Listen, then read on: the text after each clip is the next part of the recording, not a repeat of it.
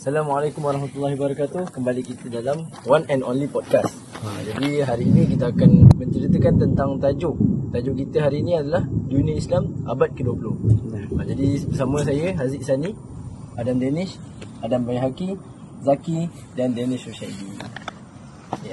Okey, Zik nak tanya sikit lah. Ya. Tadi kau cakap tajuk kita pasal Dunia Islam Abad ke-20. Ya, betul.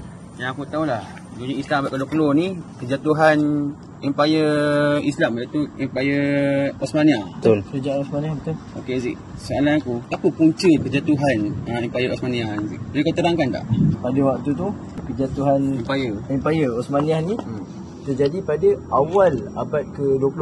Jadi Empire Osmania ni dah memang tengah nazak time tu. Memang dah down sangat. Dan banyak negeri juga, negeri-negeri Islam ni ataupun negeri-negeri lain memberontak, yang mana bawah kerajaan Osmania ni lah. Dan kuasa Eropah ni dah mula berani dah masuk campur. Sebab yelah, kerajaan Osmania besar. Bila dah nazak, lagi ada orang nak jatuhkan. Tapi pada masa yang sama, Sultan Abdul Hamid kedua, dia tak duduk diam lah. Jadi dia mencari cara untuk bangkitkan kerajaan Osmania ni. Okay, time tu ada satu projek yang diorang jalankan tau. Kau rasa projek apa? Kereta api Hijaz kau tak silap. Betul. Kereta api Hijaz ni, dia nak sambungkan Damsyid sampai ke Mekah. Tujuan dia, apa tujuan dia? Tujuan dia, dia nak memudahkan jemaah haji. Lepas tu dia nak perkukuhkan hubungan antara wilayah.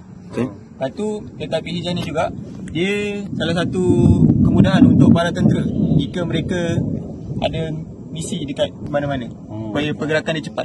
Kiranya kalau ada perang, tentera cepat sampai. Betul, naik kereta api Hijaz.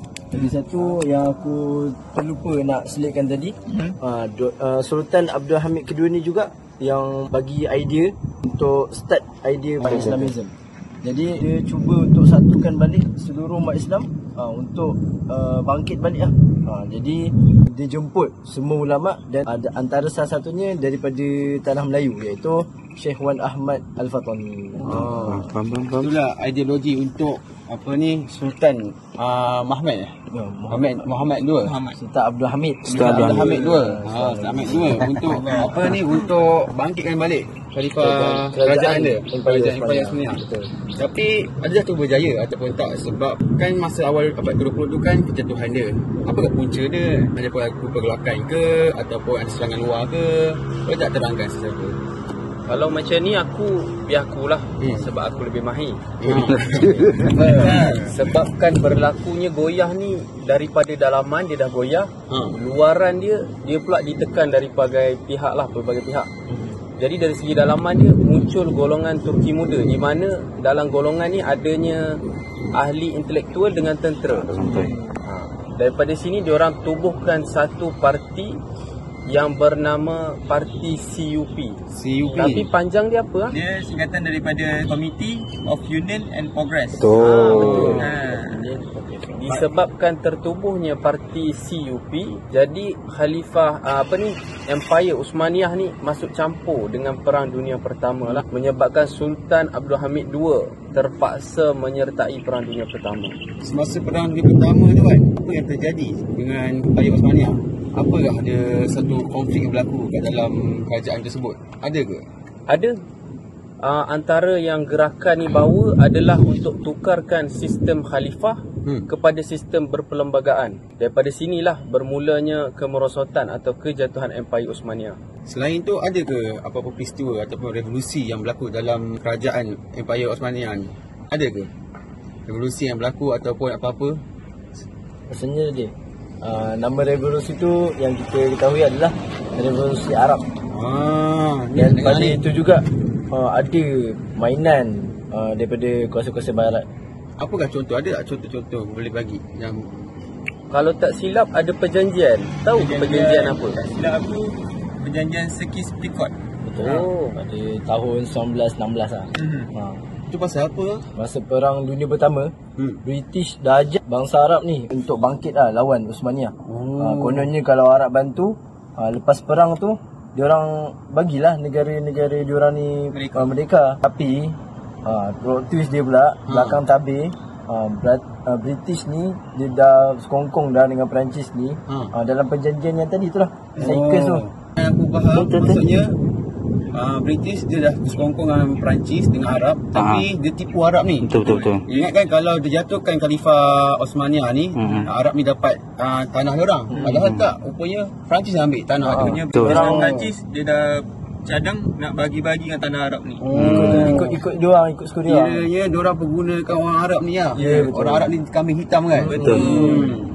Lepas tu kalau kau nak tahu, lepas setahun je daripada perjanjian tadi, keluar pula deklarasi Balfour. British waktu tu keluarkan deklarasi Balfour ni, berjanji untuk jadikan tanah Palestin ni bagi dekat orang Yahudi. British daripada dulu dah masuk campur untuk jadikan tanah ni tanah Yahudi. Dan tak silap aku, Sultan Abdul Hamid ni dia dah tolak mentah-mentah dah untuk orang Yahudi ni beli tanah Palestin ni. Tapi bila kerajaan Osmaniyah ni tumbang, Yahudi masuk sikit. Dan dari situlah adalah konflik. Yes. Sampai sekarang konflik tu. Sampai dah sekarang. Tak habis-habis lagi.